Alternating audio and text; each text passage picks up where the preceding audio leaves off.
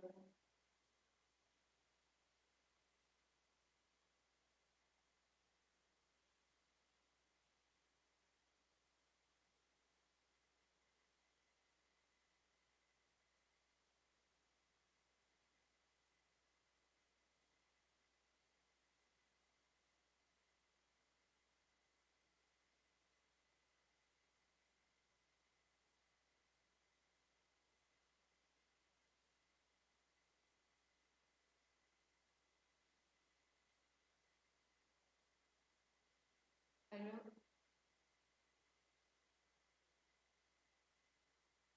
Yes.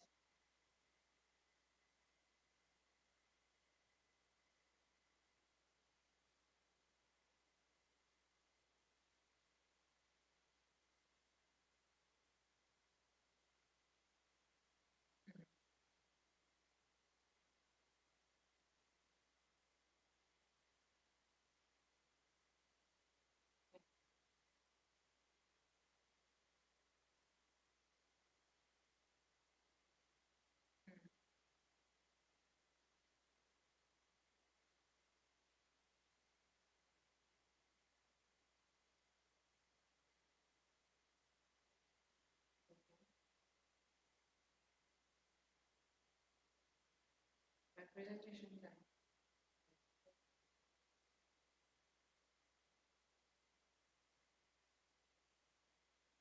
I do my presentation. You want that I make my presentation now?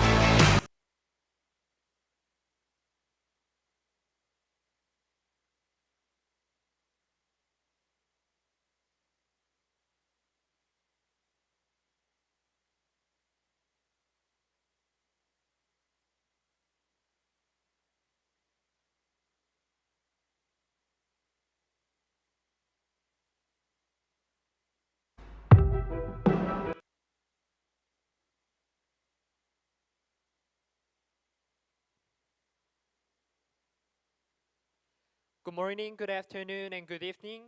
Thank you for joining today's Global Environment Forum for University Students 2021.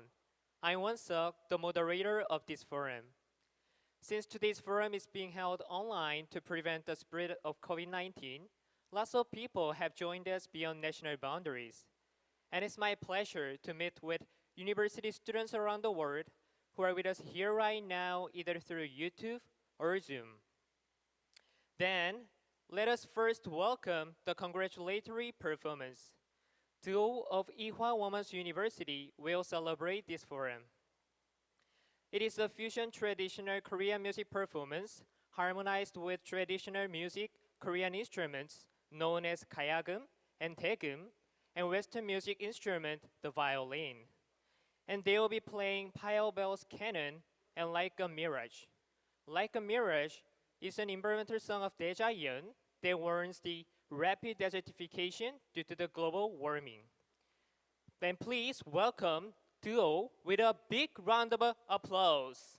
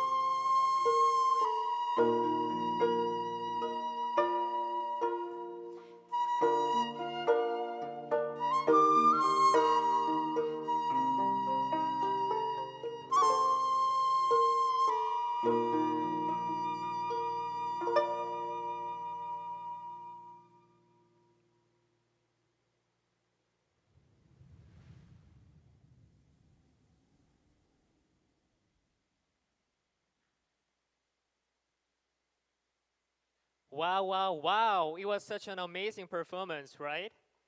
Although kayagum, daegum, and violin all have different shapes, made of different materials, and have different sounds, each instrument played its role for the song and made a great harmony. And I believe it's the same with us.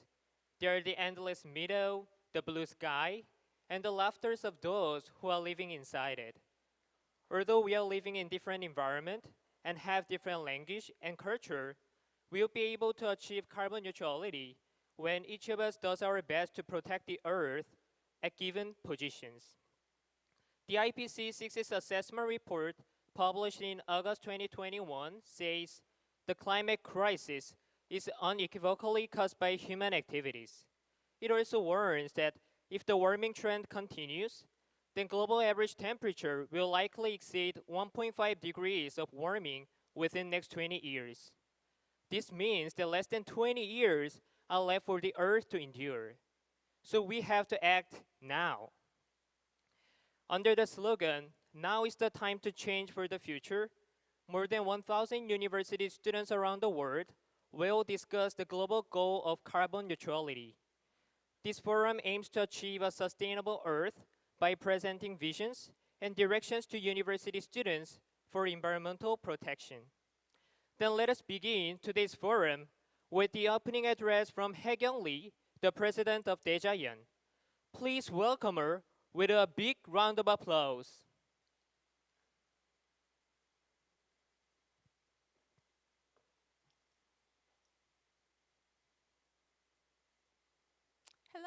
Hello everyone. So good to see you today. I'm so happy to hold the Global Environment Forum for University Students 2021 under the slogan, "Now is the time to change for the future." First of all, I would like to thank Ambassador of Gabon, His Excellency Carlos Victor Bungu, Ambassador of UAE, His Excellency Abdullah Saif Al Nuaimi, Ambassador of Italy, His Excellency Federico Failla, Ambassador of Finland, His Excellency Pekka Mejjo, Head of United Nations Project Office on Governance, Mr. Bugyun Shim, Secretary General of Environment Agency Abu Dhabi, Ms. Shaika Salem Al Tahedi, Vice President of IUCN and Korea National Committee, Okyeon Kim, Secretary President of Korea Sustainable Campus Hyunsik Choi, Entertainer Julian Quintard. I would also like to express my sincere gratitude to all university students who are the future leaders for attending the Global Environment Forum for International University Student 2021. Earth is the only planet in the solar system that has beautiful and diverse life. However, mankind did not respect the environment and broke the balance of the Earth with selfishness and greed for convenience, resulting in global heating and climate crisis. The Earth has exceeded the limit of carbon dioxide, and it is now sending countless warning messages to mankind, such as floods and droughts, wildfires, and viruses. In August, IPCC announced that the time when the average global temperature is expected to rise by 1.5 degrees Celsius compared with pre-industrial levels has been moved forward to 2040. At the COP26, British Prime Minister Boris Johnson emphasized that the end of the world clock is 1 minute before midnight and we must act now, emphasizing that there is little time left to stop the apocalypse caused by climate change. The planet Earth, the only place where life currently lives, is at a crossroads of significant change. If carbon emissions and global heating continue as they are now, soon we will regret having not acted at this moment to resolve the climate crisis. In order to protect the Earth, the only planet where life lives, DAEJAYON, an international environment organization composed of university students, is taking the lead in making green campus and seeking the role of university students who will lead the future in environmental conservation. The green campus we are pursuing is a campus and that promotes a sustainable future for humankind. It includes the active involvement of universities composed of university students who not only share knowledge, but also practice it. A new generation to end the crisis of global heating. When and where will this great generation emerge? This should not be put off for the future, but should be done right now. University students on campus should take global leadership and become the generation that ends global heating. Every day we think about what to eat and what career path to choose. But the climate crisis clock is fast approaching midnight, and in the not too distant future, we may have to think of our survival. Greta Thunberg, a girl from Sweden, that turned away from this uncomfortable truth. She launched the Friday for Future No School movement to urge a solution to the climate change problem. The voice of one who shouted loudly for the future has spread to 120 countries, and 12 million students around the world are participating. A small voice telling the truth has become a powerful voice that awakens the world to a crisis. To whom would you entrust your future? You are the last generation that can change climate crisis. The last chance that you have to act for future is not tomorrow, but now. Our language, culture, and environment to protect the only one planet Earth are all different, but we can get closer to our goal of protecting the global environment when we fully fulfill our roles in our given positions. I hope this forum will be a powerful step forward for discussing the global common goal of carbon neutrality and for future generations to take action together by creating an actionable blueprint for green recovery together. Thank you. Thank you. Let us remember that we are the last generation to save our planet. Next, environmental experts around the world have sent us messages to encourage us. So let us meet the environmental experts who have sent us messages to encourage us. Let us see the video. Your Excellencies, ladies and gentlemen, today is indeed a promising day. Not only do we celebrate the Global Environment Forum for University Students 2021, but here in the UAE, we are also celebrating the founding of our nation 50 years ago on the 2nd December 1971. We are celebrating all the wonderful achievements along our nation's proud journey, and we look forward to the next 50 years as we strive to continue to build our nation sustainably.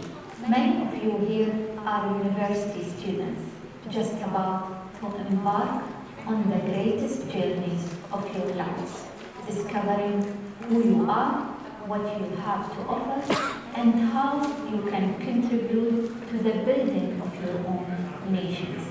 Believe me when I say you have much to offer. Recently, I attended Glasgow COP26, where the world met to agree on how best to avoid the worst impacts of climate change. Responses such as net zero carbon by 2050 need the youth of today with your innovation, enthusiasm, and energy for us to achieve. The world needs you to step up with your youth, your vigor, your innovative ideas. I encourage you to put your hearts and souls into making this world a better place. Start with simple ideas and actions in your homes, places of study, and local communities. But then expand your horizons. Your dreams look to making the world better. Take your ideas and enthusiasm out into the world and show us all how we can make sustainable development a reality.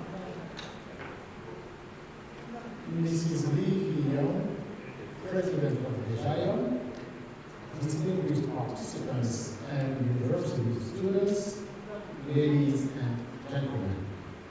It is my honor and privilege to take part in the 2021 Global Environmental Forum for University Students. The vision of achieving net zero carbon emissions by 2050 is shared by all, and emphasized by world leaders during the United Nations Climate Change Conference of COP26 recently in the UK. However, the role of young people is instrumental in the net zero target insofar as carbon neutrality will be difficult to achieve without their contribution. Young people are not only victims of climate change, they are also valuable contributors to the fight. The unprecedented mobilization of students and other youth around the globe, and the extent to which they are stepping up their efforts and using their skills to accelerate climate action constitutes a major source of hope. I am therefore hopeful that college students representing different countries in this year's Global Environment Forum for university students will actively engage in constructive interaction on the many challenges that are facing our planet Earth. Once again, I congratulate DAEJAYON for hosting this meaningful event, and I encourage the young participants, the leaders of tomorrow, in their efforts for climate action and the goal to achieve net zero carbon emissions by the year 2050. I wish you all a successful forum. Thank you. I'm sorry. Good afternoon, distinguished participants. My name is Abdullah Saif Naimi. I'm the ambassador of the United Arab Emirates to the Republic of Kuwait. It is my great pleasure to be with you today at this important and timely forum. I take this opportunity to send my warmest congratulations to DAEJAYON for successfully hosting this forum.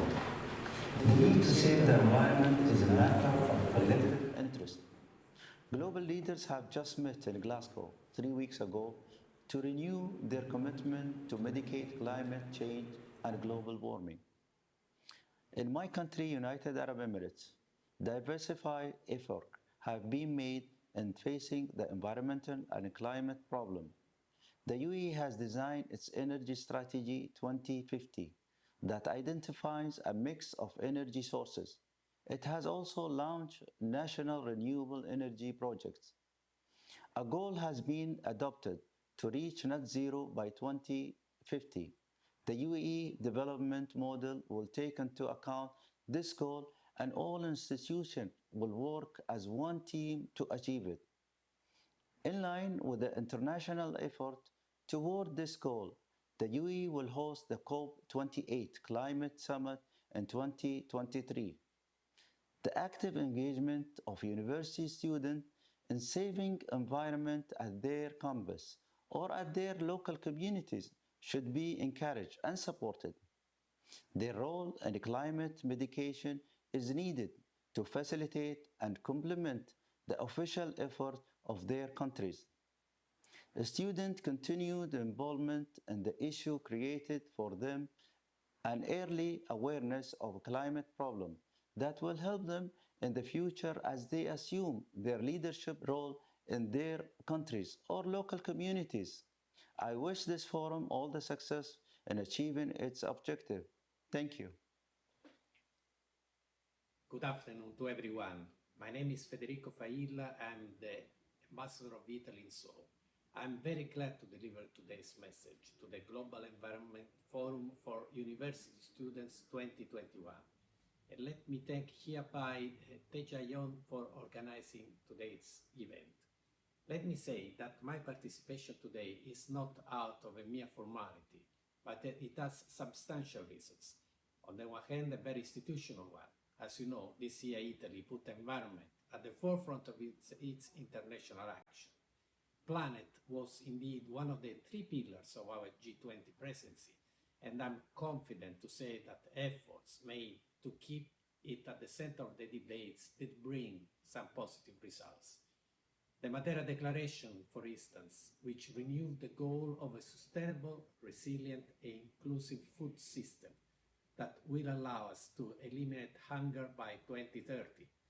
G20 states also agreed to plant 1 trillion trees globally by 2030. Finally, $100 billion a year were guaranteed to the poorest states to meet national needs to combat climate change. At the same time, we co-organized with the UK this year's COP26, holding in Milan the Youth for Climate event, which had an unprecedented success, most of all because it gave space to the youth, to the same generation that you are in, the generation that will suffer from the consequences of the climate change, to participate in the current debate. Italy opted for an inclusive approach because we believe in working together. Of course, more could have been done once all leaders meet in Glasgow, but I believe that it is a first step towards an even more ambitious cooperation. I really believe that now is the time to change, that we must act now to secure a future for the coming generations. I believe that if we act, we can achieve incredible results. Let's not wait. Let's do it now. Thank you again, and congratulations for successfully hosting this online event. Dear viewers, students, friends, my name is Pekka Metso and I'm the ambassador of Finland here in Korea. Let me start by saying how honored I am to have the opportunity to speak to you in such an inspiring and important event. As we all know, the climate is changing rapidly. Ecosystems around the world, including forests, coral reefs, and wetlands, have been pushed to the breaking point. Air pollution is a problem in major cities worldwide. Extreme weather conditions and weather phenomena will be more common in the future. Climate change is very much here, and we need to tackle it now. Sometimes the state of our planet might seem gloomy. However, governments and actors on different levels are changing their ways and making commitments to fix the problem. Finland's goal is to be climate neutral in 2035 and the first fossil-free welfare society. To Korea, the goal is to be carbon neutral in 2050. All of us on governmental level as well as individual level need to be committed to the essential goals. Together we can solve global environmental problems through green and environmental and sustainable activities. We need to raise the awareness of the Net Zero 2050 and activate initiatives such as this one. The participation of the youth, all of you, is beyond essential. You are the ones who will become global environment leaders in the world. You are the instigators, the ones already actively participating and bringing change to your friends and to your communities. The world needs you now more than ever. I want to congratulate you all for taking part of the Global Environmental Forum. Now it's the time to change for the future. Be the change you want to make. Yeah, thank you. As the experts told us, the world is in need of university students like one of us to protect our planet and save our world. Next, there will be special lectures from environmental experts. First, Bo-Gyun Shim, the head of UN Project Office on Governance, will give us a presentation under the theme, The Roles of Government, Private Sector, and Citizens to Achieve Carbon Neutrality for Sustainable Development. Please welcome him with a big round of applause.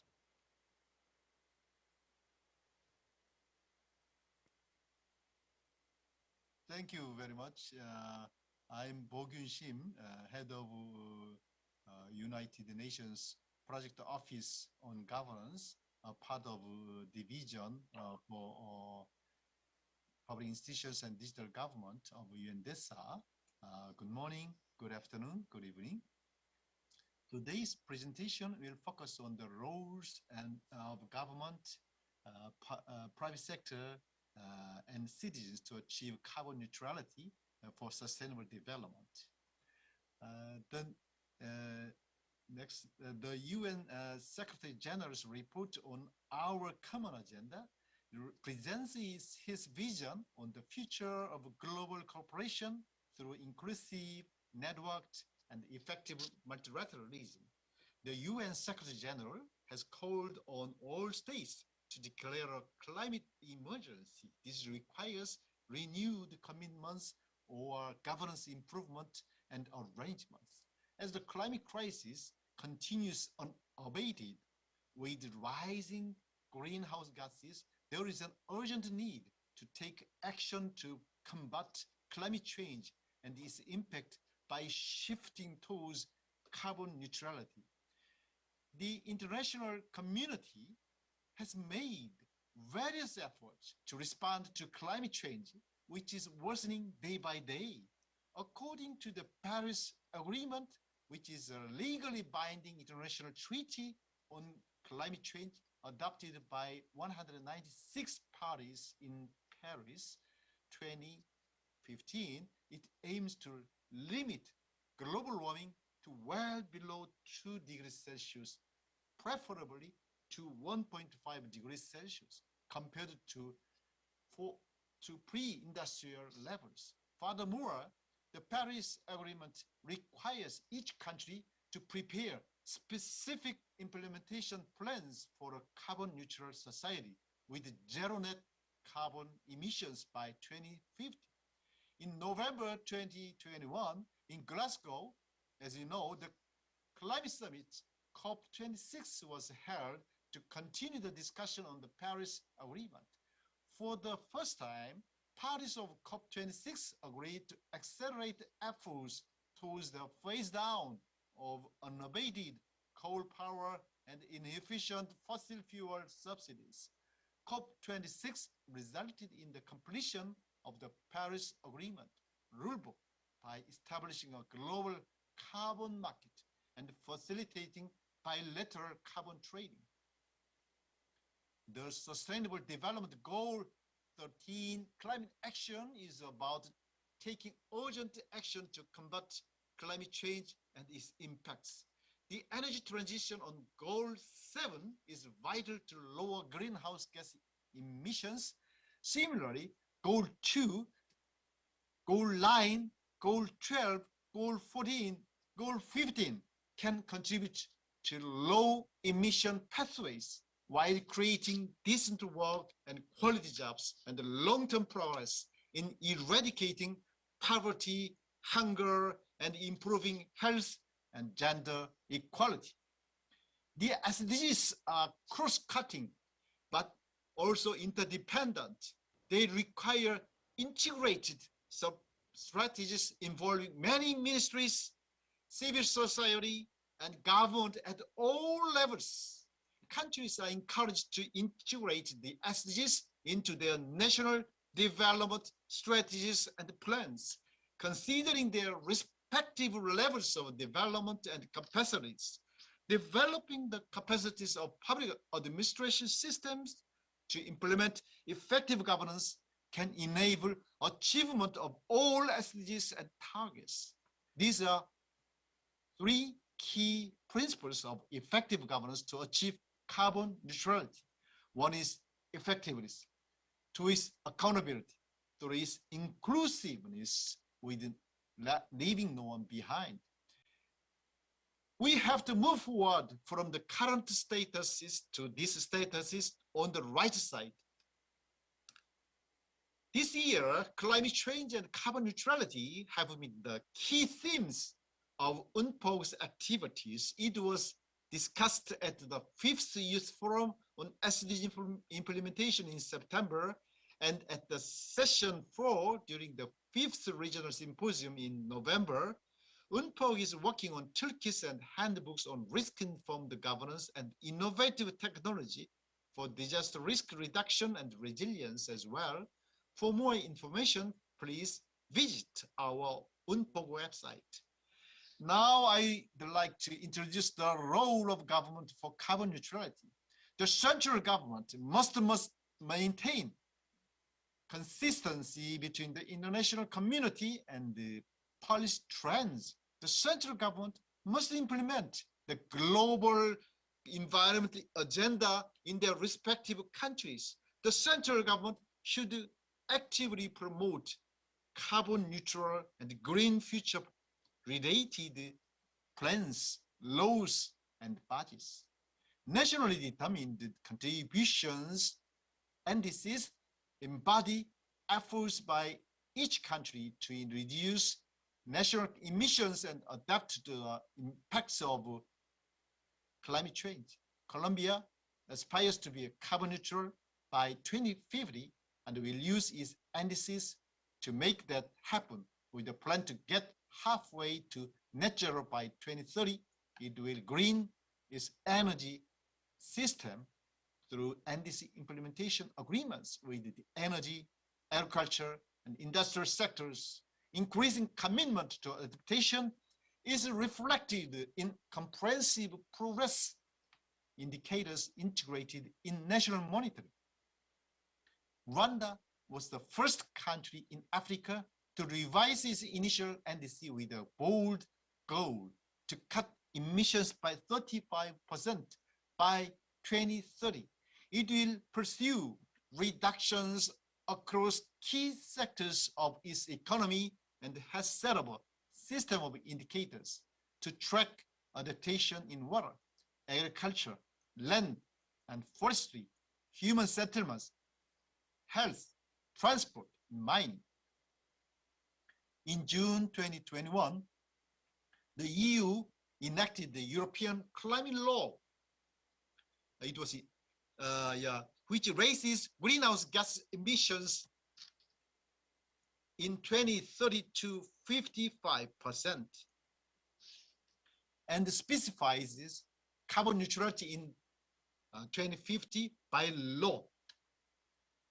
To meet the standards set out in the European Climate Law, the EU's use of fossil fuels requires a reduction of 70% for coal, 30% for oil, and 25% for gas.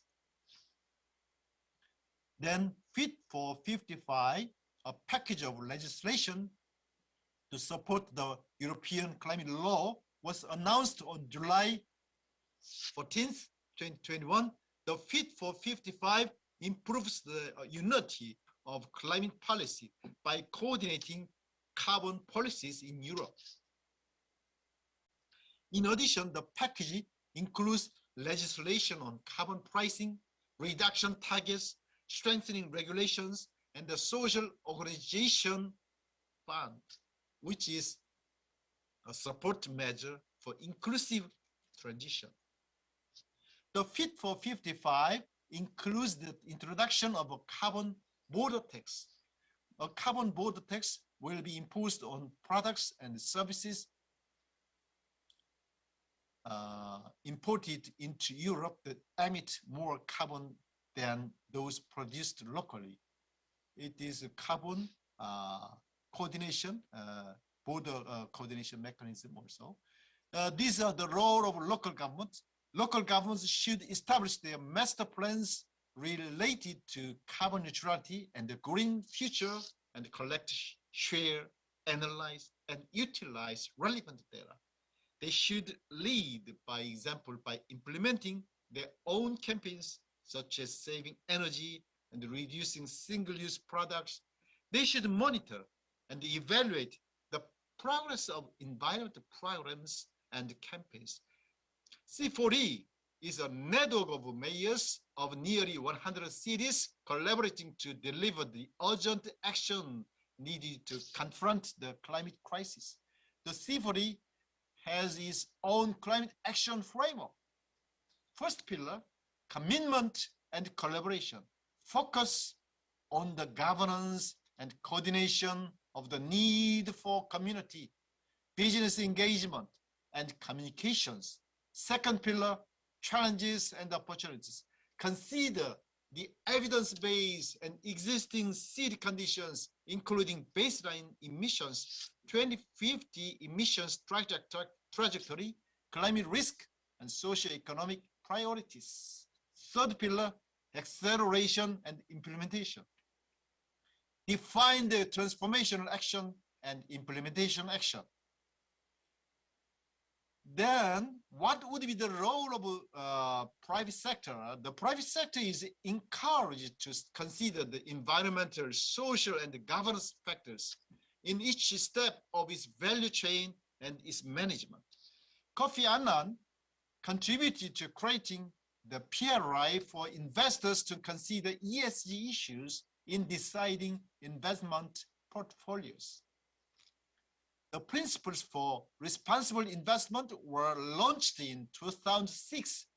The principles are based on the notion that ESG issues can affect the performance of investment portfolios.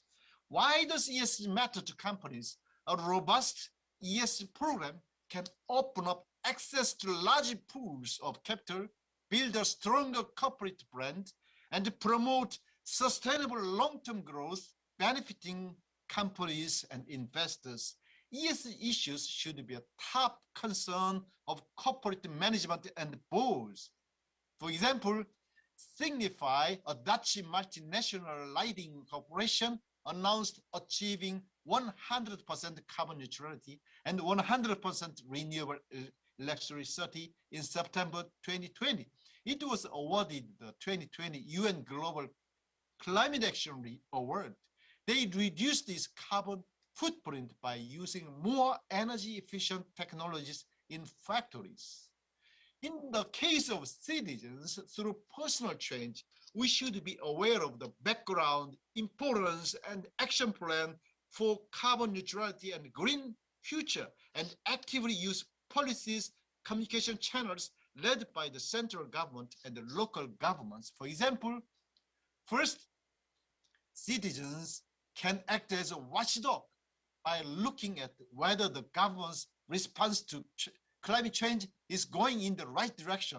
Second, as a citizen, we can practice reducing energy consumption in our daily lives. Third, citizens can vote well and press politicians to make laws, systems, and policies for energy transition and carbon neutrality.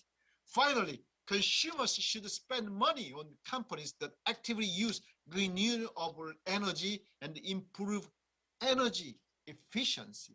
Youth should be involved in all levels of climate decision making. Youth need to have systematic access to national and international climate change processes and should be empowered to act as climate and sustainable development pioneers for all. For the last 5 years, UNPOG has conducted the SDG Youth Forum in collaboration with the Ministry of the Interior and Safety and Incheon City in September. As introduced earlier, this year's theme was leveraging public governance and enhancing youth engagement to promote green, resilient, sustainable recovery from COVID-19. We will organize the 6th Youth Forum on SDG implementation next year. It will be a great chance for you to raise your voice and be part of the discussion on achieving SDGs. You are all welcome to participate in it. For more information, please visit our UNPO website. I'd like to conclude today's presentation by sharing a part of UN Secretary General's speech at COP26. We have a critical mass of global commitments to net zero from both governments and non-state actors. We need to hold each other accountable. Only together can we keep 1.5 degrees within reach and the equitable and resilient world we need. Thank you. Thank you for patience. Yeah, thank you for an informative presentation regarding the responsibilities of stakeholders for achieving carbon neutrality. Okay, so it's now time for questions. Does anyone have a question? Let me see. Anyone with a question, can you please raise your hand? Oh, I see Sravanti. Can you please introduce yourself first and go on with your question? Hello, my name is Shravanti. I am from India. Thank you for your presentation on achieving the goals of UN SDGs. and carbon neutrality. I also learned that UNPOG is holding a forum to listen to the voices of youth to implement SDGs.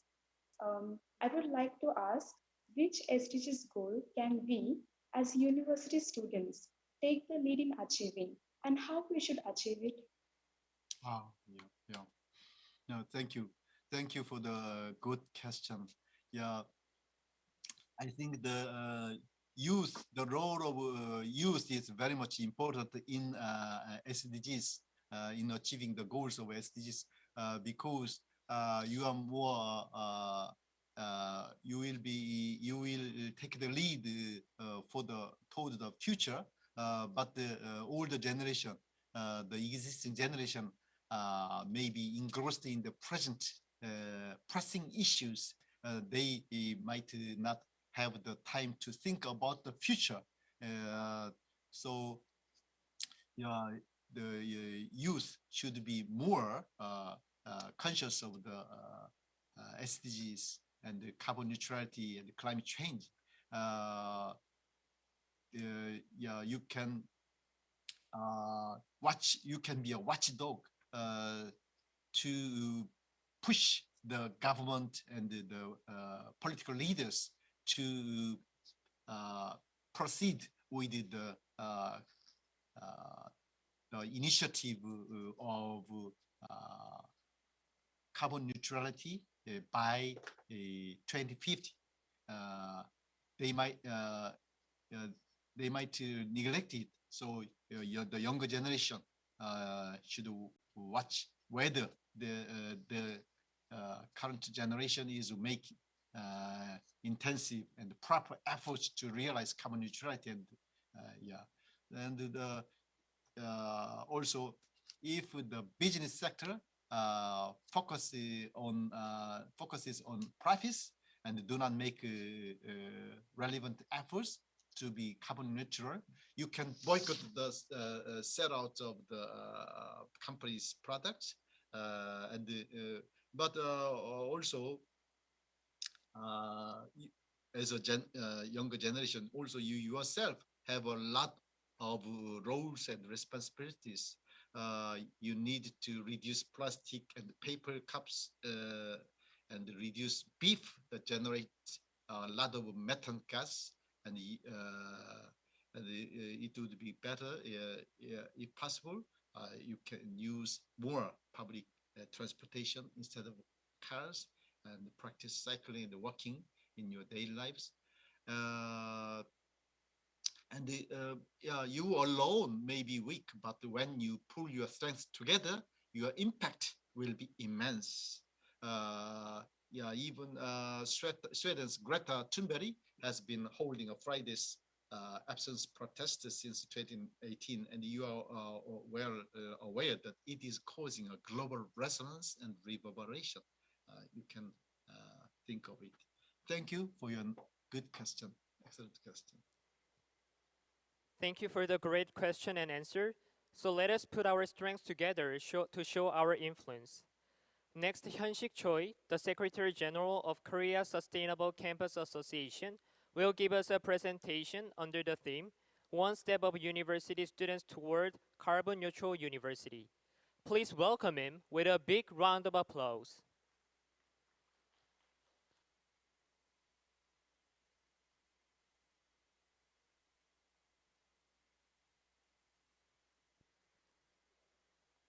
Hyun-sik Choi, can you please unmute yourself? Because we cannot hear your voice yet, since your voice is muted. So it would be great if you can unmute yourself. Yes. Yeah, thank you. There, hello. Again, thank you for inviting us to the International Environment Forum.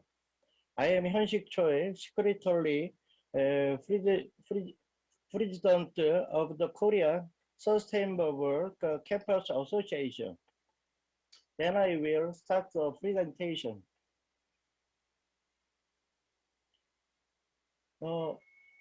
일단 의사 전달을 정확하게 하기 위해서 For clear communication, I will deliver my presentation in Korean. I ask your understanding.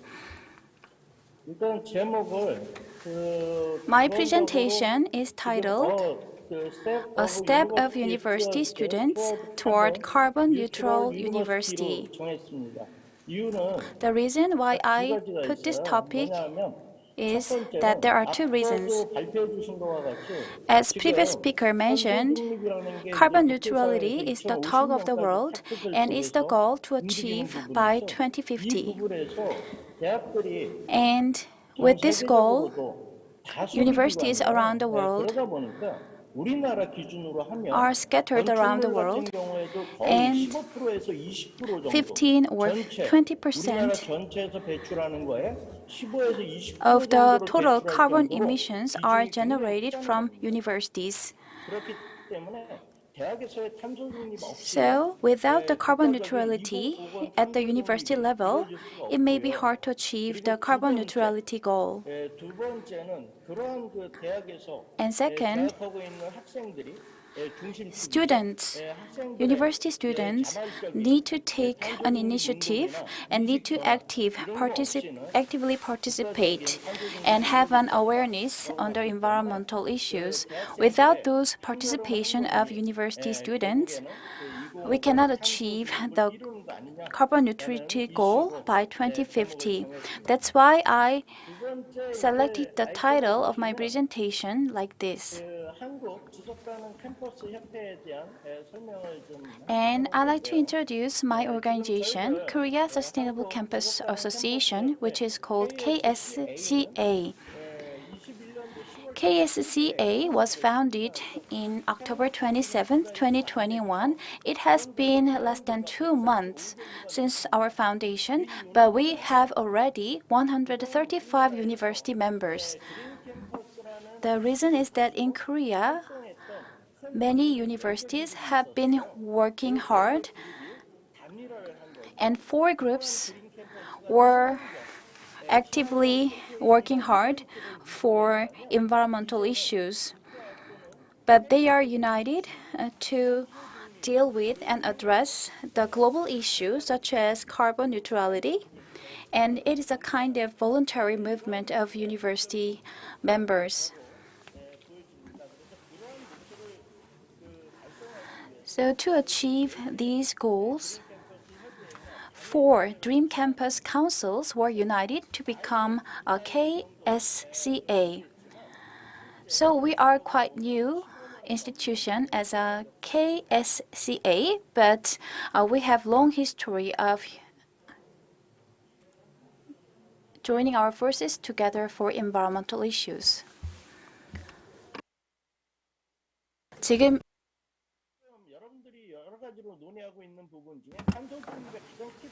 So what is the key point of the carbon neutrality? That is energy.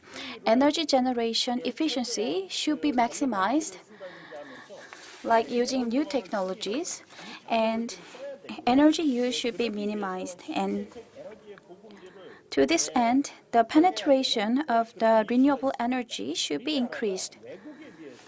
Compared to other countries like European countries and other countries, the CO2 emissions of Korea is very high, about 15% higher than other countries. One of the contributors is the share of renewable energy. So we need to increase the share of renewable energy at the university level to reduce the carbon emissions level. And we need to analyze the data by establishing the inventory regarding the energy source. Events related to environment are important, but the actual reduction of carbon emissions is more important. That's what I think. And we need to make an effort voluntarily, and the university's policy alone are not enough because it costs a lot for the universities to move in that direction. However, like other countries, Korea's economic situation is not that good.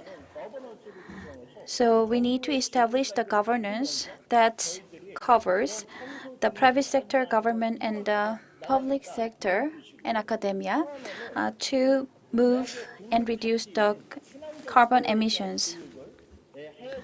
And we need to provide education on the eco-friendly environmental education. How to achieve carbon neutrality and what kind of strategies should be implemented should be taught during the curriculum, during the education for the universities. And based on the kind of education, we can achieve the NDC by 2030 and carbon neutrality by 2050.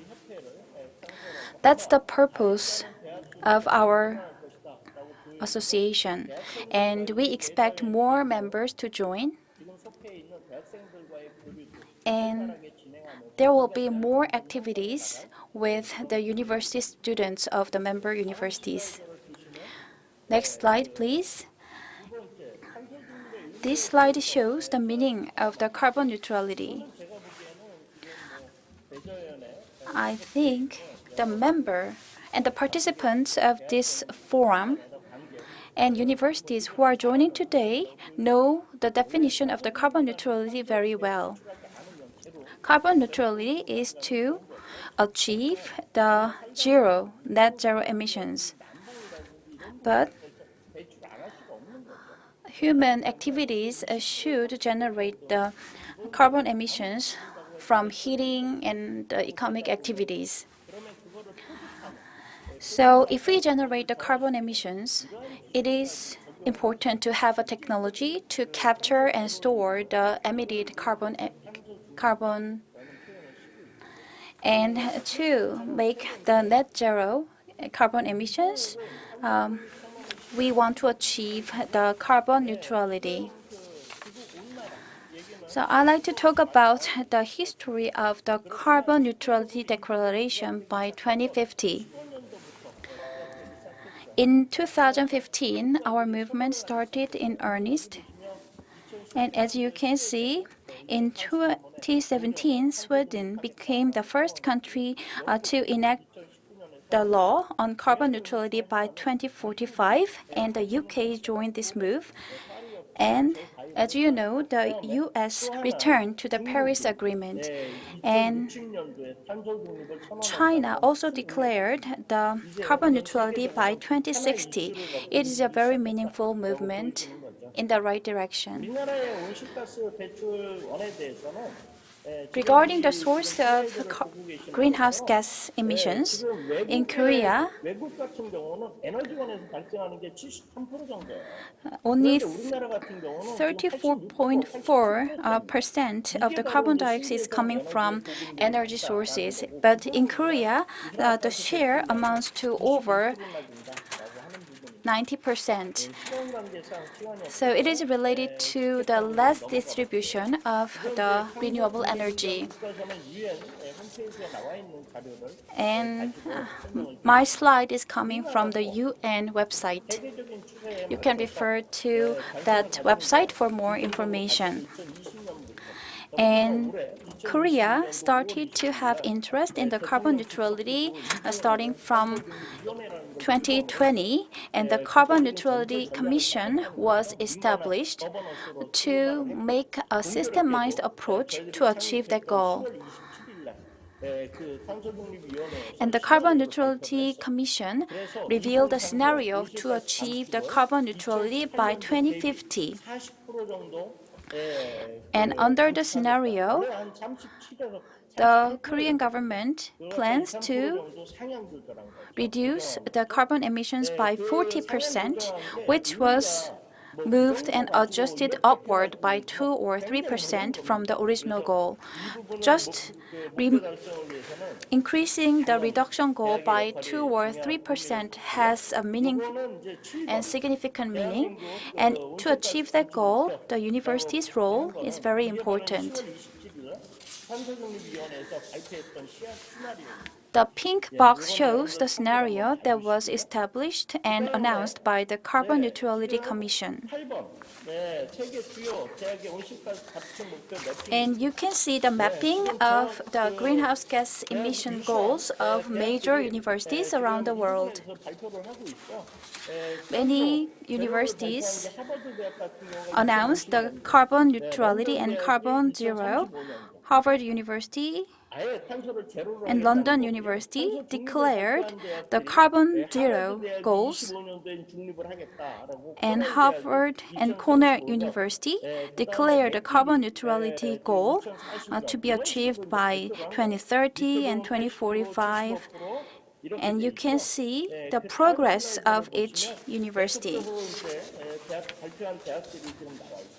You can see other universities who joined this movement and declared the greenhouse gas reduction goals.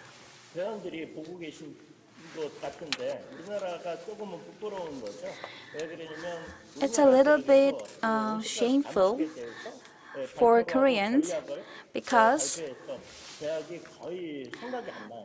few universities in Korea declared the carbon neutrality and the carbon and greenhouse gas reduction goals. Seoul National University did not declare any goal regarding the carbon reductions. In this regard, I think Korean universities need to make more effort.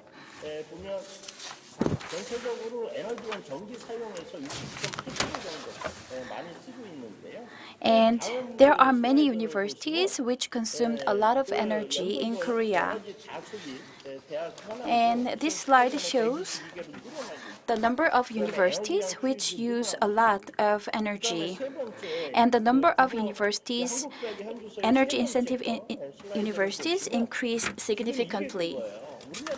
And this slide shows that the construction of the universities accounts for 20% of the total carbon emissions from building. So universities are the main contributor to the greenhouse gas emissions in the construction sector. So without the participation of the universities, it may be hard and challenging for us to achieve the net zero by 2050.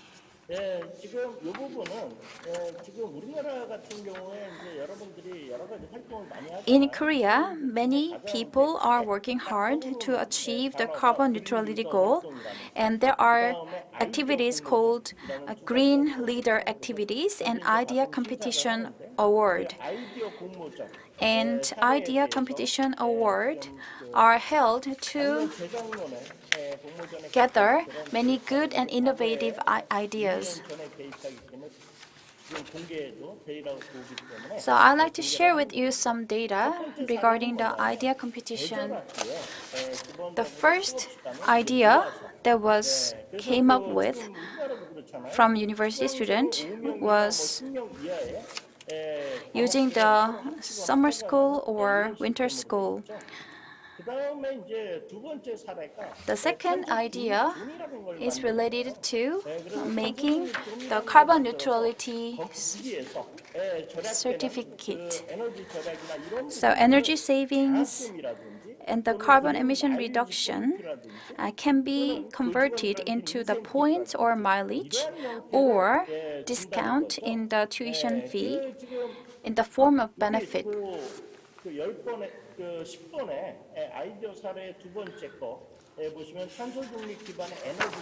You can see the example that is called the carbon neutrality based energy independent campus. And these ideas are all coming from university students.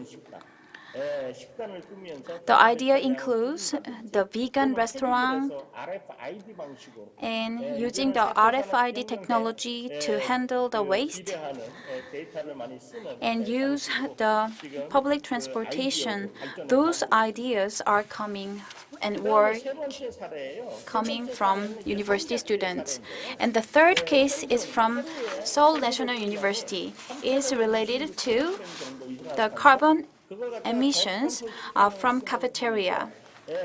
So when we use the low carbon diet, a lot of carbon emissions can be reduced. So based on the number of people entering the Seoul National University, the carbon emissions could be reduced by about 461 tons of CO2. It is a significant amount of CO2 that can be generated by the electricity use by 70 households for a year. So low carbon diet and low carbon restaurants are becoming more widely spread these days.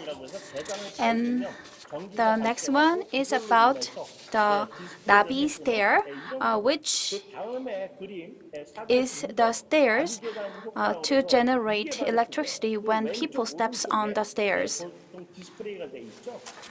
You can see this campaign and ideas are posted on the right side of the stairs. So when people put their steps on the stairs, the electricity is generated. So it induces people to reduce the use of elevator and take stairs. And at the same time, it can generate electricity. This kind of posters can be placed on the ceiling or wall like this. And the last idea is about the smartphone waste separation. These ideas are applied in many universities in Korea. And these are the prototype of the application design. And these ideas will be more promoted and activated. I shared 5 cases and innovative ideas from university students, and that's all for my presentation. Thank you very much. Thank you. Next, we have a special speaker. I believe most of you have seen him on Korean TV shows. He recently opened his YouTube channel, and he is also sharing his experiences of saving the planet. Then let us meet the celebrity, Julian. Julian will present about the most powerful thing you can do. Please welcome him with a big round of applause. Hello! Pleasure to see you, everybody. Hello, guys. You're on my back, that's why I'm turning right now. Hello, hello. So actually, I saw in the introduction that they introduced me as an expert, which I'm not. I'm just actually a regular human being like all of you are and we are. But I'm very interested in climate issues, and as I've been introduced, I do TV here in Korea. I'm an entertainer, and I'm trying to use my voice to raise awareness about climate issues. Bonjour! So actually, I'm from Belgium, and it's been 18 years now that I live in Korea. And usually I do most of my speeches and my TV shows in Korean, so I'm more used to Korean. 그런데 여러분들이 아마도 한국어 조금 어렵지 But I 않을까? believe that Korean will 영어로 be a little bit 들려드리겠습니다. difficult So for today you actually I'm to gonna do my speech in understand. English, So and I hope you excuse me my very nice French accent, because I speak French as a first language. So first of all, thank you all for being here today, because it's really nice to see so many people caring about climate issues, and especially students, and seeing such amount of energy among youth trying to fight the climate issue. I'm not gonna go too deep into the basics. I'm sure everybody of you know we should try to stick under 1.5 degrees of global warming. And do you think we're on the right way? Well, we're not. We're not. It's not really the best way we are right now. As you can see, this is not only about China's emissions, but every emissions around the world are still rising, even though we had a global pandemic. And the latest news I can see was that we were at 1.2 degrees already, and we only allowed 1.5 degrees to be able to stick as living as we know it up to now. But we talk about the climate crisis, but it doesn't feel to me as we are handling it as a crisis. We had actually a crisis recently, right? You all know that we are right now still in the COVID-19 crisis. And how did we handle this? Well, we closed borders. We used our resources to fund what everybody thought was impossible. We were able to make a vaccine in a very short time. We took actions to stop people going outside of their home. So we took really drastic measures. And we're still not getting out of this crisis.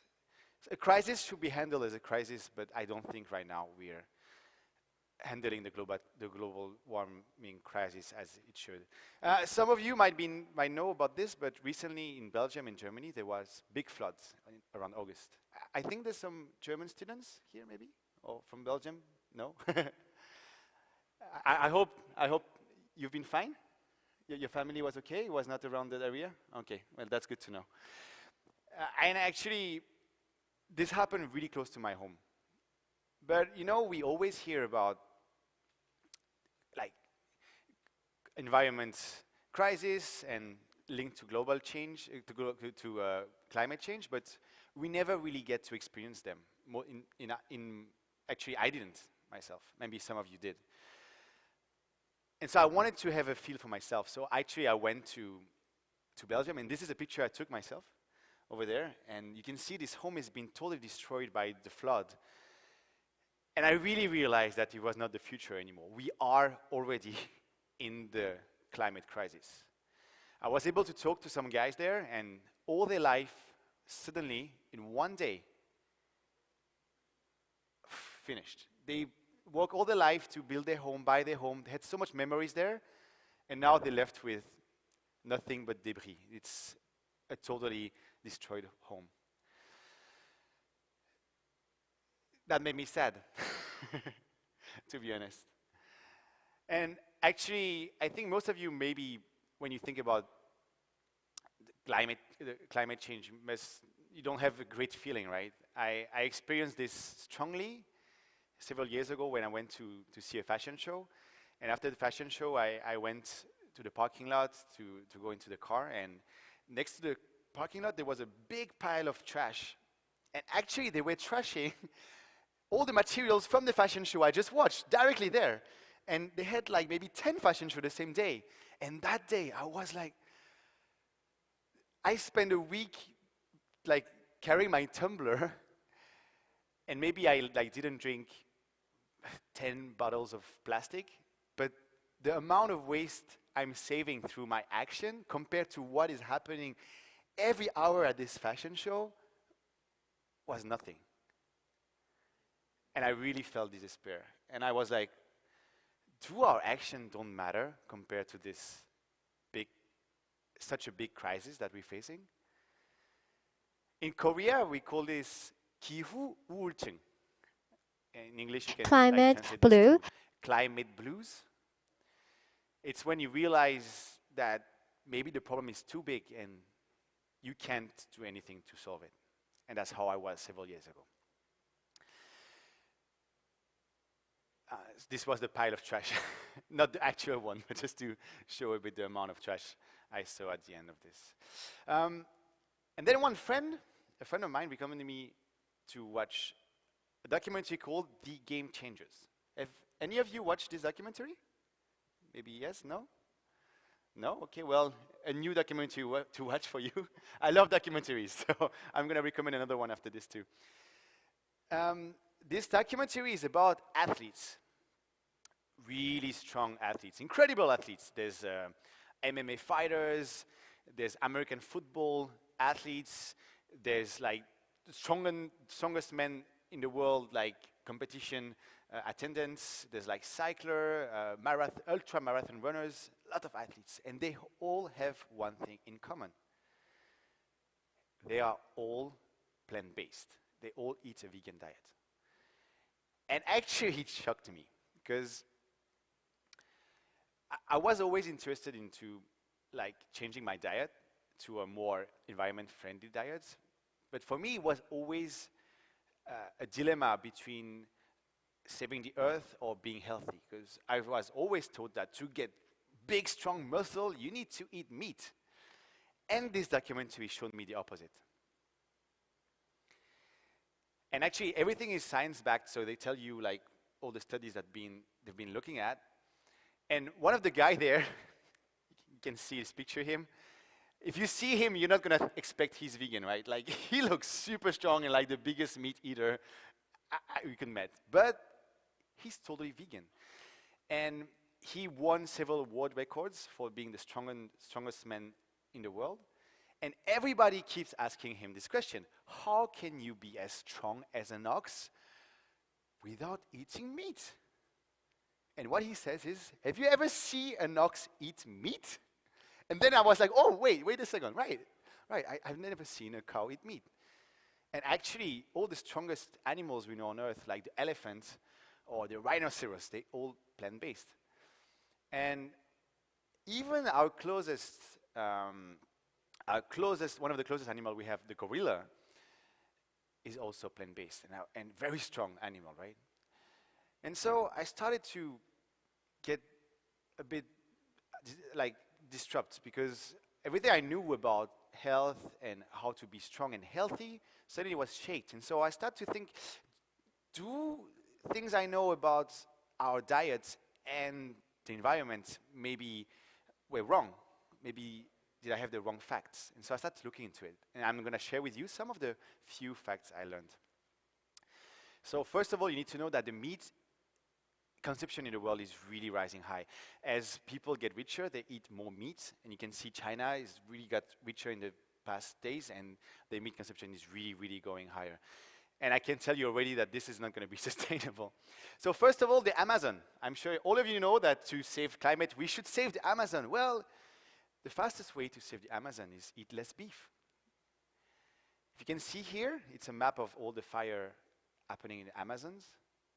They don't cut wood to use it as wood. They just burn them because they want to use more space. Why do they use more space? To raise cattle or to actually grow feed, to feed the cattle. More than 80% of the Amazon deforestation is linked directly to the beef industry. I didn't know that it was that much. Greenhouse gas, you know that we all should like put less gas in the earth, in the sky, because or we're not going to meet our goal of 1.5%, 1.5 degrees. And so the number that usually people refer to is from the UN FAO, and they say that 14.5% of all gas emissions come from the meat and dairy industry. But if ever you look a bit more into it, they first said it was 18%, and then they said 14.5%. They changed suddenly their numbers. And if you go on the official site of the UNFAO, you can see that they have official sponsors, and the sponsor is the meat industry, the dairy industry, and the poultry industry, the feed industry. And that sounded a little bit weird for me, to be honest. And so I looked a bit more into it, and some other people took the numbers from the UNFAO and redid numbers, and they think that maybe 51% of the global emissions are from the animal agriculture. There's even another guy that did other research. They published this in a science paper recently, and they say that maybe 87% could be linked to agriculture, animal agriculture. Because if ever we use all the space that animals live on, we could reuse this space to make forest, and that could absorb again the CO2 and put it back onto Earth. So we could actually reverse some of the climate actions. I'm not going to tell you which number is right. To be honest, I'm very confused about this, but what I know for sure is that 14.5% is the number that the animal industry accepts, and it's going to be more than that. Fishing, well, you know that there's a big plastic pollution in the ocean. I'm sure you all heard about that. In the Pacific Ocean, there's something called the Big Plastic Island. And actually, in that ocean, more than 52% of that plastic mass is directly linked to fisheries because it's made out of plastic lines, rope, and fishing nets. I was so surprised when I learned about this. If you want to learn more about this, there's a nice documentary called Seaspiracy where they talk about the impact of fisheries on our environment.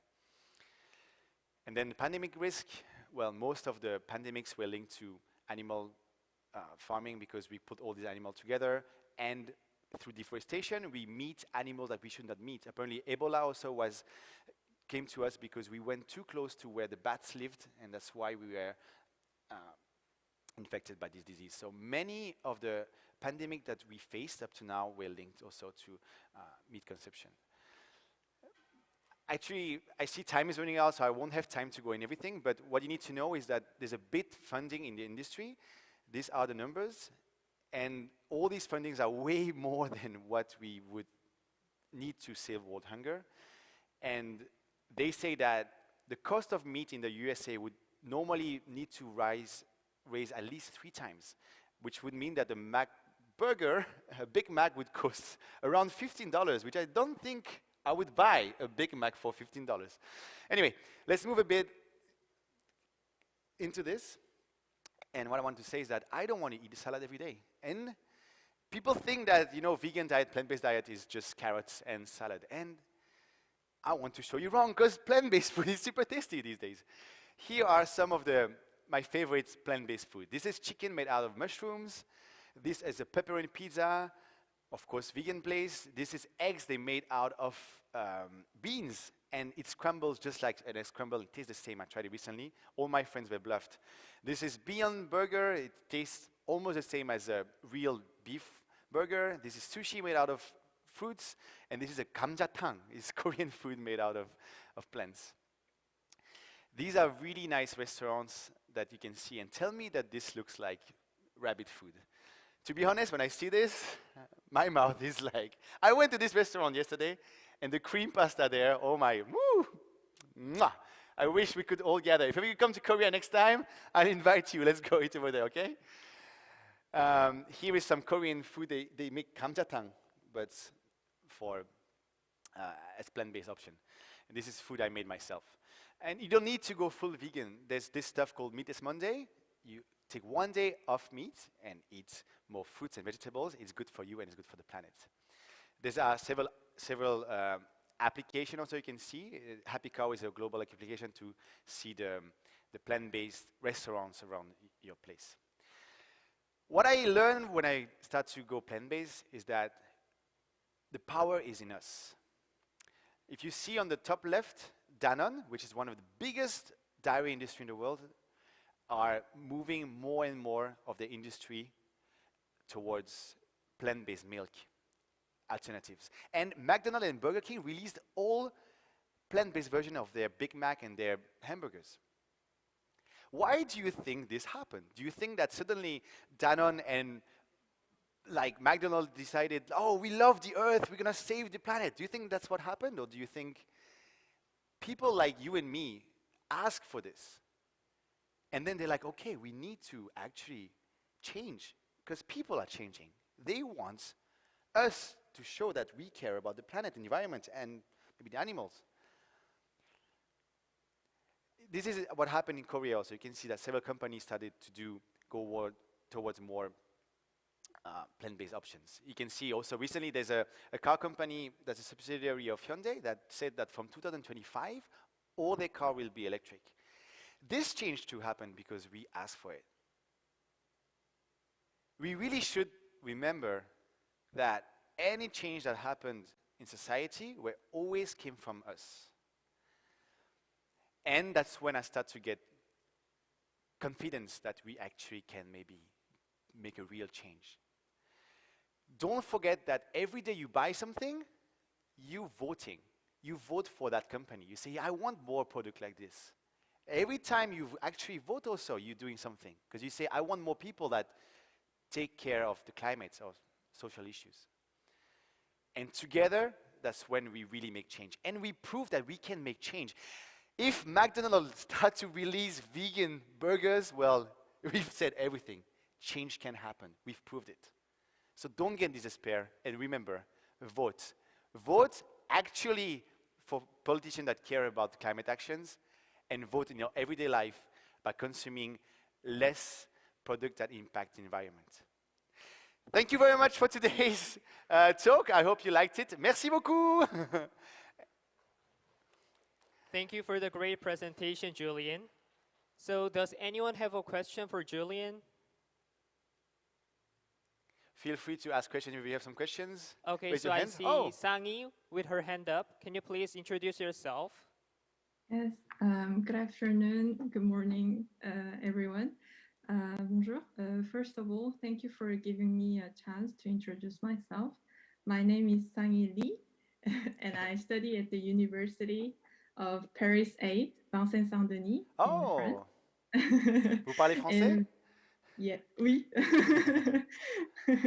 And yeah, Julian, thank you for your enlightening and humorous presentation about eco-friendly eating habits and the problems of diverse industries.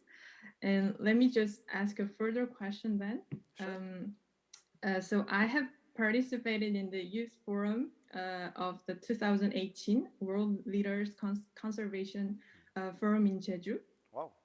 And during the forum, a British BBC television presenter and an explorer, Paul Rose, he said that he had a moment when he strongly felt the beauty of nature since he was a child, and since then he began to take interest in environmental conservation. So I wondered what made you take interest in the environment and if there was a moment like this for you too. Well, thank you so much for your question, and I'm really happy to see that you took a lot of actions in participating in this forum also. And I mean, I saw a lot of people that liked the environment, and I can tell that a lot of people usually were in contact, close contact with the nature. And I myself come from a very, very small hometown in Belgium of only 24 houses. There's more cows than people in my hometown. And I think that once you live there, you can really, you're so close in contact that you feel that you don't have to destroy it, right? So that really did a big change. But I think more than that, the impact of my parents was very important. My parents always cared a lot about the environment, and they had organic shop product. They opened a little organic product shop in my hometown, which is only like, my hometown is small, but then there's a little bit bigger city next to it of 20,000 people. And everybody thought they were crazy because in the 80s, nobody cared about, as much as now, about organic products, but they decided to open it. And I think that had a big impact on me. So I really think that the impact we have on others is really important. And I think all of you, all of us, the impact we have on our families, on our friends, is really what makes people change. Because I got this education through my parents, I think it really influenced me a lot and decided and pushed me to take more actions. So yeah, I really think that the power of people close to you and our teachers, our friends is what really makes people change a lot, yeah. I hope I answered your question. What about you, actually? I'm interested. Why did you start to, if I can ask a question, it's fine. Why did you start to get interested in environments? It's just like you, from my parents. Also, I get this kind of education, and also this is the only planet, so yeah, we need to take action. And yeah, we want to stay on planet 1 because there's not the planet B, right? So thank you so much for your question. Thank you. So thank you, Julian and Sangi, for such great communication. And so far, we've listened to special lectures from environmental experts. Then let us take a break for about 15 minutes. And after 15 minutes, we'll continue with the third session. Thank you all. Goodbye.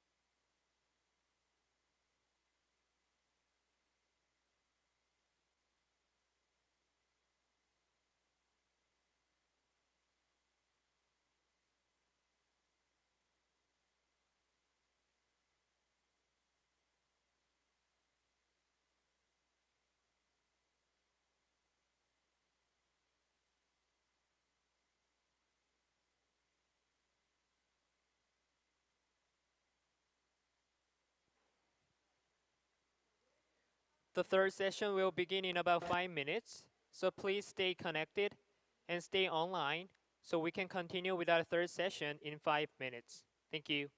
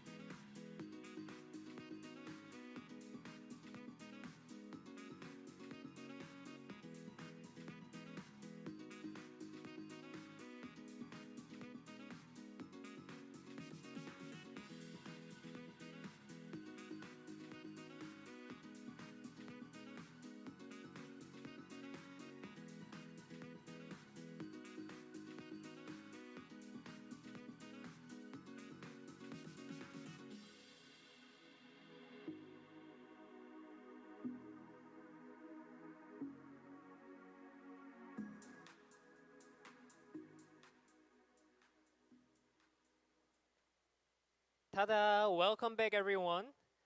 Next, a performance by college environmentalists will unfold, urging us to take action for the future.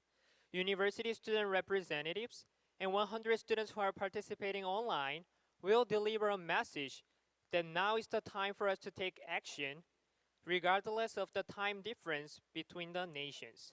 So let us welcome them with a big round of applause.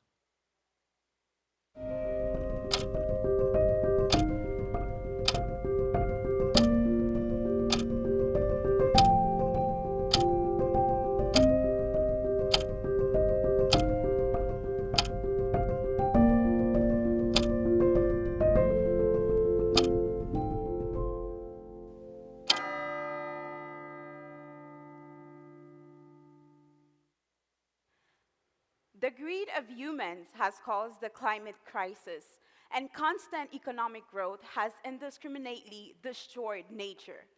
The reason why we are experiencing inconvenience in our daily lives, the reason why we are suffering from disasters, is a result of our choices. IPCC Climate Change Assessment Report states that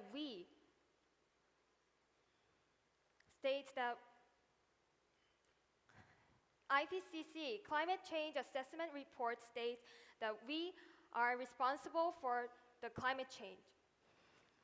And the human's desire to pursue only convenience disrupted the balance of the earth, and it ultimately led to climate crisis.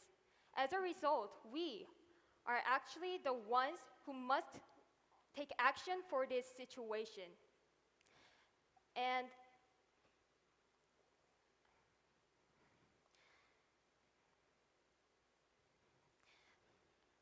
in the future of the climate and the future of the human extinction due to global warming has approached right before our eyes, not beyond decades or hundreds of years.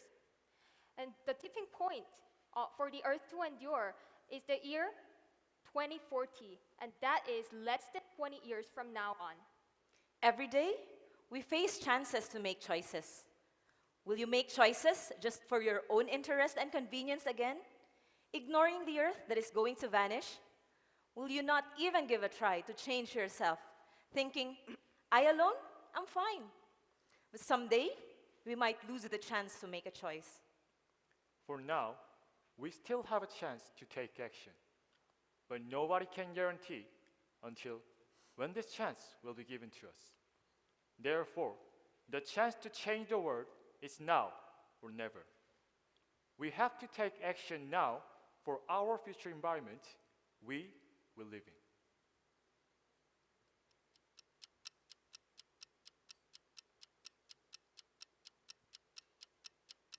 in. Now is the time to change for the future.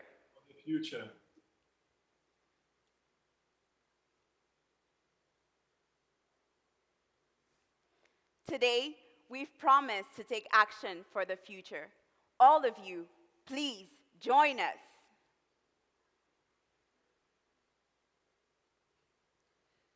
Yeah, thank you. I could feel how determined university students are in taking actions for the environment. And I hope the whole world to join us in taking actions for the sustainable Earth. And now it's time for us to hear the voices of university students about environmental protection. Nowadays, young people are facing diverse problems: employment, marriage, human relationships, studies, student loans, and matter of their livelihood. We are confronted with different problems because we are all living in different conditions. However, the environmental problem is a common problem to all the people living on this earth. So we should get rid of our thought that it has nothing to do with me. There are young people like one of us who are striving to save our planet and change our world even when people don't give them attention. So let us find out who these students are through the video. India's Majuli Island was once a lush oasis for animals to run around. One day, people came and started recklessly cutting down trees. Not even a single tree was left in the land. After severe and repeated droughts and floods, only barren land remained. To this place, which seemed to be hopeless, came Jadav Payang, a 16-year-old boy. He was deeply saddened to see forests disappear and wild animals die. So he called government agencies and asked villagers for help. However, no one answered. What he could do was plant trees himself. He single-handedly started planting trees one by one. He never stopped even on hot sunny days or rainy days. He continued planting trees over 4 decades, and eventually, the boy grew up and became a father. What happened to Majuli Island, which was once a barren land? The result was amazing. A dense forest was created. It was about 1.7 million square meters in size, which is a forest bigger than Central Park in New York. As if a miracle occurred, the greenery thickly covered the expansive land. It has become a home to elephants, Bengal tigers, deer, and other wild animals. When I first started planting trees in this barren land, I thought to myself that my efforts might be meaningless. However, as time passed by, the trees took root and spread the seeds themselves. His labor was not in vain. He was the man who transformed sandbars into a forest and created miracles in a barren land. He is the one who changed the world. The dense forest of Majuli Island began with the hard work and practice of one person. If one person changes, if one person takes action, the world can change. And here are young people who are changing the world. Hello, my name is Minishin. I'm studying in Songyungwan University in South Korea. Hello everyone, my name is Jungyo Kim, and I'm the student of Seoul National University. Hi everyone, my name is Shamin Bong and I am a third-year student at the Singapore Management University.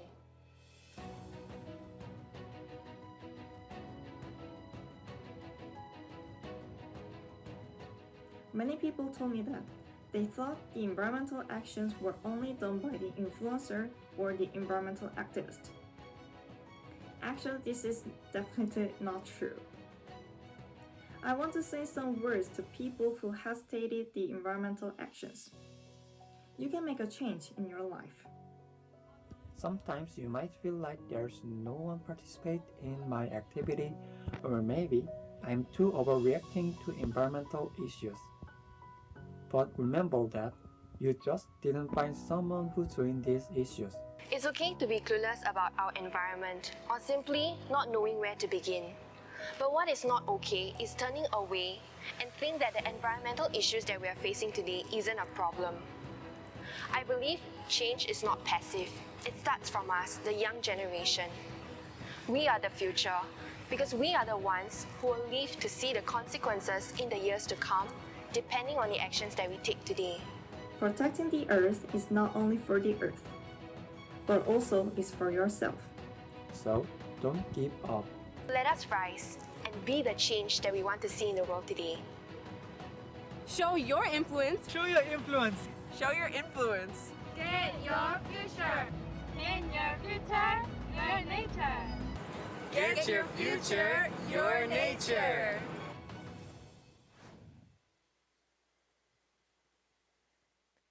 We cannot save our planet in an instant like the heroes in the movie.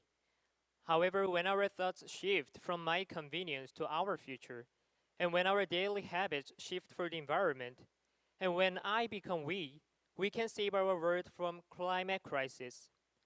Now let me introduce the examples of university students who are changing the world.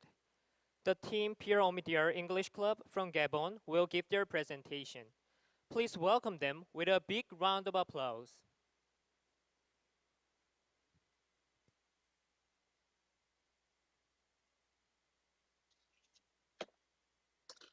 Hello everyone, my name is Sang Sang Zeklud. I am a member of Pierre Omidyar English Club in University of Lisege in Gabon.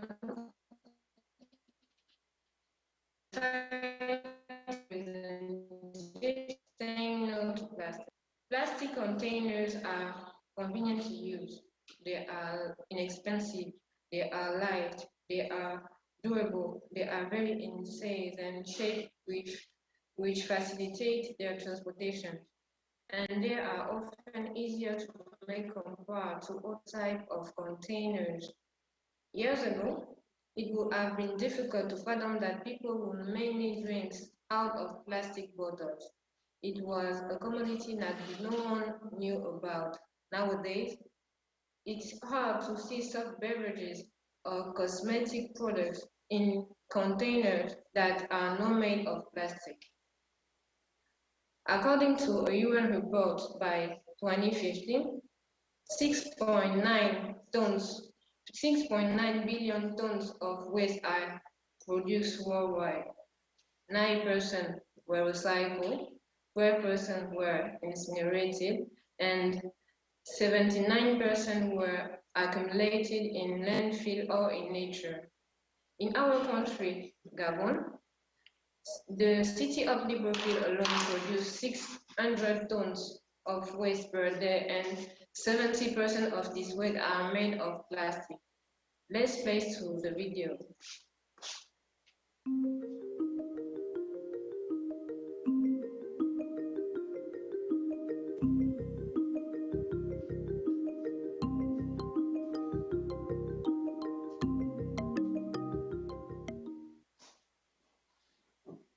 Okay, our activity mostly consisted on team meetings, team outings, and increasing our visibility on social media.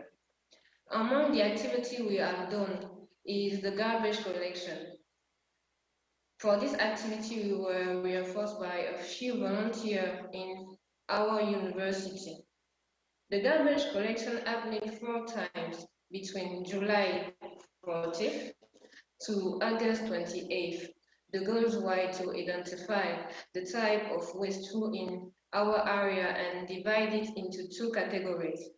On one end, we had an organic pile with anything is perishable, and on the other end, we have the inorganic pile with everything is recyclable and everything else. The second activity we did is to talk to students about the net zero goals for 2015. We went to different classrooms and presented in front of our classmates to let them know how about our activity, volunteering opportunities, and to discuss the importance of becoming steward for the environment. The detrimental effect of our single-use plastic on the environment and how pressing it is to use better alternatives. We explained that as consumer, we can impact supplier and change the market's dynamic. The more we encourage plastic packaging, the more we will have it. Our last and main activity was to create online content to educate people about plastic pollution. We came up with 2 videos. In one introducing the concept of net zero 2015, and the second one where we show in a comical way that plastic is scary, and we also posted several pictures revealing some of our activity. As a team, we observed that the commodity made of plastic that we use more frequently is bottled water. During the first week of this project, we decided to not throw away the bottles we have bought, to have a clear idea of what our consumption looks like. The first week, we were able to gather 27 bottles. The second week, we decided to stop consuming water in plastic bottles over time as we started focusing on reusable containers. We noticed that our consumption of single-use bottles decreasing over time. We went from 27 bottles the first week to 18 the second one, and a lesser number the following week. Okay, to stop the crisis, the plastic crisis, we need to first identify the reason why people resort to bottled water. In Gabon, an issue would be the quality of water. People out of fear, justify or not, to turn tap water. A fast and simple way to solve this problem would be to promote the use of water filter. A clean water at home would facilitate the utilization of reusable containers and reduce waste. At the institutional level, our government could enforce laws to ban single-use plastic and promote alternative packaging as paper packaging or glass packaging. Moreover, establishing drinking establishing public drinking fountains, and that could help to reduce the need for bottled drinking. Each year, we produce waste. We produce an alarming amount of waste. We produce plastic waste, but we do not recycle. Another way to help to be to have more companies that focus solely on plastic transforming. Our main goal during this project was to vulgarize the concept of plastic pollution, which is, without a doubt, one of the biggest issues of this century. To fight this pollution, we need to do better. We need to change our habits. We need to choose to be inconvenient or uncomfortable for the greater good. We believe that small steps can bring big changes, and for us, it starts with saying no to plastic. Thank you. Thank you for awesome presentation. Next, let us meet the team Haute Couture from France. Please give them a big round of applause.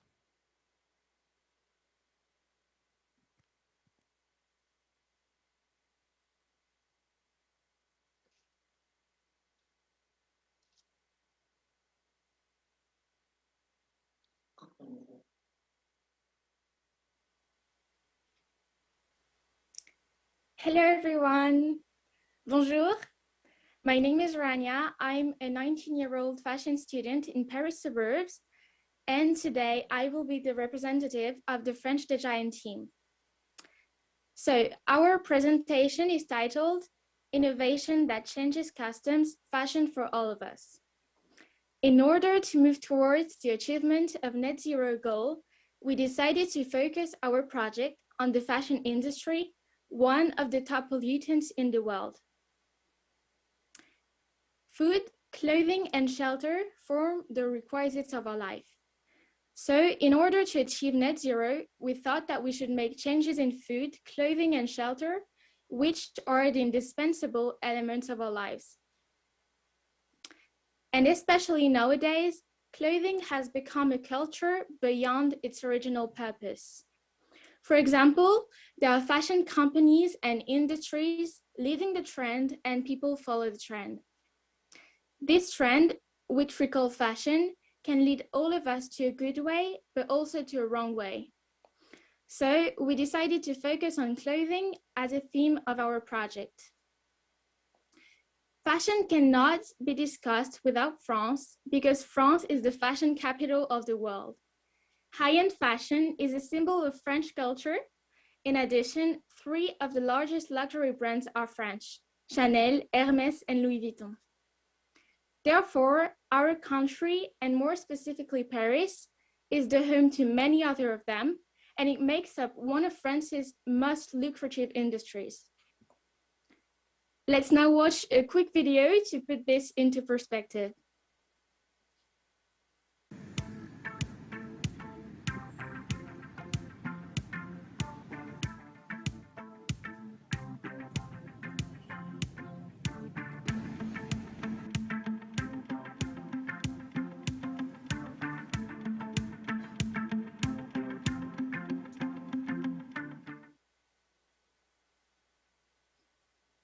So as we can see, the most popular luxury brands shown in the video started in France and dominate high-end fashion around the world. It results in many tourists coming to France to specifically buy luxury bags or shoes on purpose. However, if there is a bright side of the market, there is also a dark one. In fact, the enormous environmental pollution and carbon emissions lay behind the fashion world's glittering facade. In the first instance, the most popular luxury brands destroy their unsold merchandise every year to maintain exclusivity and high prices. Many high-end brands, including Chanel, Hermès, and Louis Vuitton, avoid discounted sales at all costs and participate in this mass destruction practice. There are tangible reasons for this: maintaining a good brand image, preventing theft, or controlling inventory. Nevertheless, not everyone supports the situation. In 2019, the French government strongly opposed these destructive practices and sought to abolish them. Incineration of numerous decent goods worth millions of dollars can never be environmentally friendly. On the top of it, many acknowledge how polluted the environment is every time a fashion week and fashion show is held. According to the report of Zero to Market by fashion-technology-org.com, in collaboration with climate change consultancy, the Carbon Trust, published in 2020, it contributes to 241,000 tons of CO2 emissions annually. As I explained, the massive environmental impact caused by destructive practices of the fashion industry, we paid attention to abandoned fabrics to build our project. We collected and recycled the fabric that was thrown away by a fashion school. We invited fashion students to participate in the activities with us and raised awareness on environmental pollution. The abandoned fabric was reborn as a multi-purpose pouch, and these pouches were distributed to students who participated in the project. Therefore, we worked on finding solutions that could contribute both to the industry and the future actors and CEOs of the industry. One of the most discussed issues in fashion studies is the ecological impact. However, although it is well known and taught, the subject remains deeply buried whenever opportunities to find and put in practice solutions to the problem arise. And there is one big reason for that. Learning skills comes before the ecological awareness of the school. Educating students is efficient and needed, but we also must work with teachers who never focused on that side of education before. Finding new ways of teaching and witnesses to testify about the terrible impact of fashion is an imperative.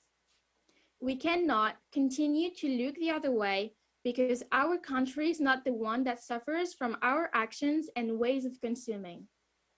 Organizations that teach future fashion designers and workers of the fashion industry must be aware of this problem and introduce a new method of education. Therefore, we believe that the school must take the lead in education reform so that it can keep pace with the present age. One of the proposals we suggest would be to create partnerships between schools and companies.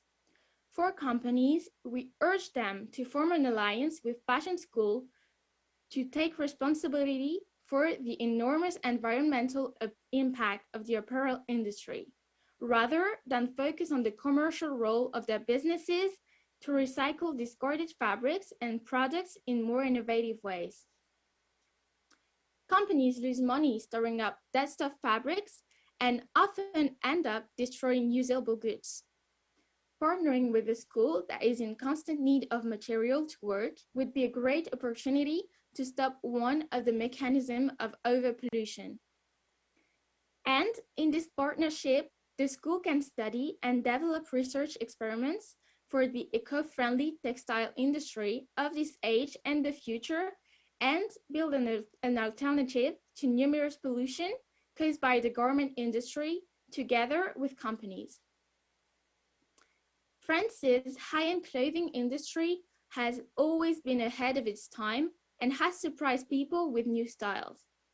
Now, for the planet, for all of us, this global trendsetter should be the first to tell us what is true innovation and what is the right fashion. Of course, as the entire human race is approaching the tipping point of irreversible climate change, the right fashion for us, the right clothes, are those that take the environment and the future into account. If we change the way we dress, then we gradually will be able to change our whole lifestyle, including food and shelter. Thus, we firmly believe that as one of the major sources of global emissions, the fashion sector holds the key to responding to the world's climate challenge. This brings me to the end of my presentation. Thank you for your attention. Thank you. Merci beaucoup. Lastly, the team All Green from Korea will give their presentation. Please welcome them with a big round of applause.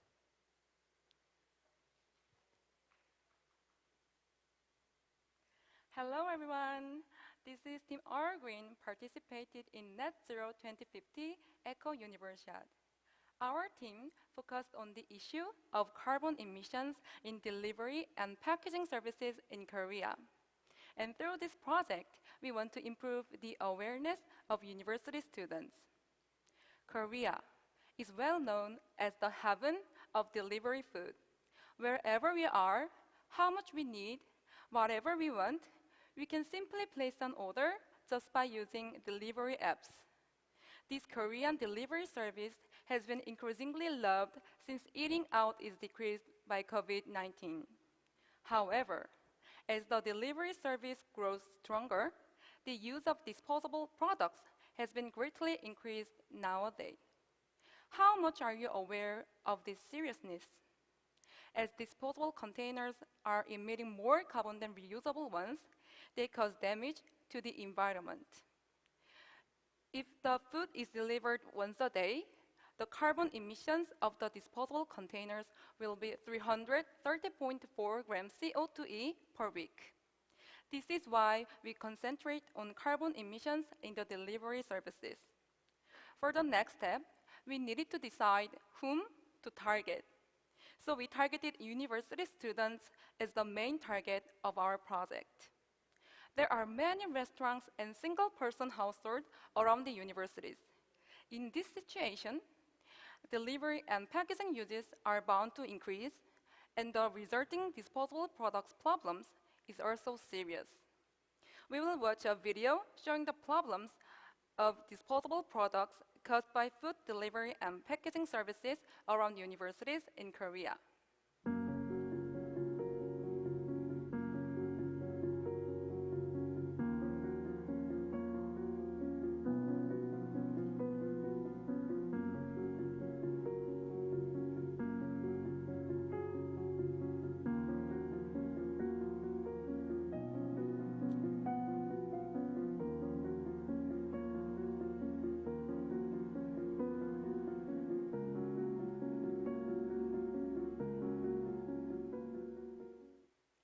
So we thought that improving the awareness of university students is the most important one. Then now, let's move on to the main topic, the activities we performed. As a prior activity, we conducted an online survey with 150 university students to investigate the perception of theirs. As a result, 62.5% answered that the main reason for students' uses of disposable products is from delivery and packaging services. Most respondents agreed COVID-19 increased the number of food delivery and packaging uses. However, only 11% of them were completely aware of the seriousness caused by disposable items, even though 2.1 billion plastic containers were produced in 2020. Therefore, our team carried out a variety of activities ranging from smart practice method to building universities, delivery platforms, and local government networks. First of all, we created a window to inform many people of our team's goal. And then we let the students to participate in the plastic-free challenge by producing card news and next-level event. By promoting the stores that took part in plastic-free store certification system, we helped students to participate more easily in reducing carbon emissions. And we shared Instagram filter made by ourselves during plastic-free challenge. It was to let them know it is not difficult to join in environmental protection activities. As a result, about 50 people participated in plastic-free challenge after seeing card news and promotional articles on our official SNS. Now, we can calculate how much we reduced the carbon emissions. Despite the short-term activities, there was meaningful difference in carbon emissions between the use of disposable and reusable containers. Finally, we found that there has to be the long-term system for motivating consumers to use reusable containers. Accordingly, in cooperation with INA University Tradespeople Association, we implemented the Plastic-Free Store certification system. Plastic-Free Store certification system is for changing consumers' perception, which is familiar with disposable packaging. We visited the store to investigate how to use reusable containers suitable for its stores, and attached certification marks to promote consumers' reusable packaging. After, we confirmed through offline interview with shopkeepers that the proportion of those who use reusable containers increased 10 times compared to before. Also, it could be a great motivation for consumers who are ashamed to use reusable containers as well. In another interview, there was an opinion. So, according to this opinion, our team thought it would be nice to expand the application of the plastic-free certification store certification mark in online and offline by collaborating with the delivery platform.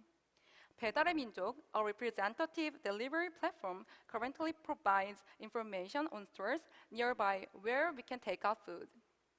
If we put the plastic-free store certification mark into them, we can easily encourage the consumers to package food by themselves. Through these activities, our team felt inducing behavior through improving environmental awareness was more important than anything else. Impressed by our activities, the media reported our plastic-free store certification system. The meaningful result of the plastic-free challenge and plastic-free store certification system informed us of what should we do in the next step. Therefore, we would like to propose education to improve awareness to university students. We had time to plan for the establishment of an environmental awareness network of delivery platforms, universities, and local governments. We realized it through previous activity, students need to take educational programs in universities to improve environmental awareness. And we thought that cooperation between delivery platforms, universities, and local governments must be achieved to make good education in university. By collecting data from the delivery platform, data that's suitable for local environmental issues can be provided. And it can be converted into educational materials to foster eco-friendly leaders' talents at universities. Furthermore, it is possible to establish a leading eco-friendly policy plan of delivery platforms from students after education and support from local governments. Through this network, we can expect the university students can get the following 3 opportunities as well. First, they can directly lead the delivery platforms. And 2, they can propose the new system or policies in connection with the local governments. And third, they can chance to cultivate talents. In this regard, universities, local governments, and companies should cooperate to actively lead the environmental changes in which university students can easily join. Lastly, what we want to say is that the active movements of university students are essential to actualize Net Zero 2050 in Korea. It is so clear that the changes in the awareness of university students is an important key to save the Earth, because we are the leaders for future generations. Thank you for listening my presentation. Thank you, All Green, for your time and effort to reduce carbon emissions generated from food delivery. For the last event, we'll have an award ceremony. The award is given to an outstanding team among the teams that took action to achieve the goal of net zero emissions in Eco Universiade for Net Zero 2050, which has been hosted by DAEJAYON and sponsored by Korea Ministry of the Interior and Safety and Korea Ministry of Environment.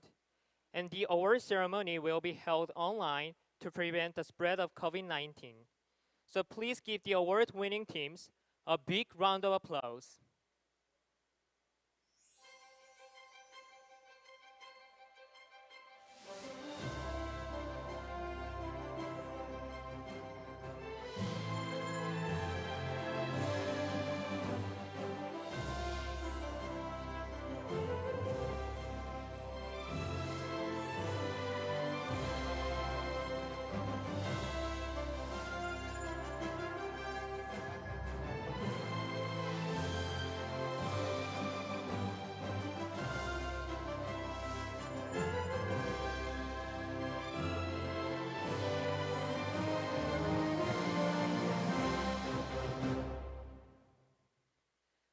Thank you and congratulations to all teams. The only good planet in the solar system. This is the only good one, I promise you. We have to take care of it. This is what Jeff Bezos, the founder of Amazon, said after he came back from his space travel in July. The science and technology have been developed enough to go on space travels, but the only planet we can live in is this Earth. The planet with best conditions for humans to live is this Earth. However, this planet is becoming a place where people can no longer live in. The Earth has been destroyed by human selfishness and indifference, and now it is threatening our survivals. And we are the ones to restore the Earth that we have destroyed and changed. We still have a chance, but no one knows how much time we have, so we have to act now. I wish today's forum will be a turning point for everyone to achieve environmental protection and carbon neutrality. And right after the forum, we are going to do the performance once again, so students on Zoom, please stay in the meeting room and don't leave the room. Then by this, we'll bring an end to today's Global Environment Forum for University Students 2021. Thank you.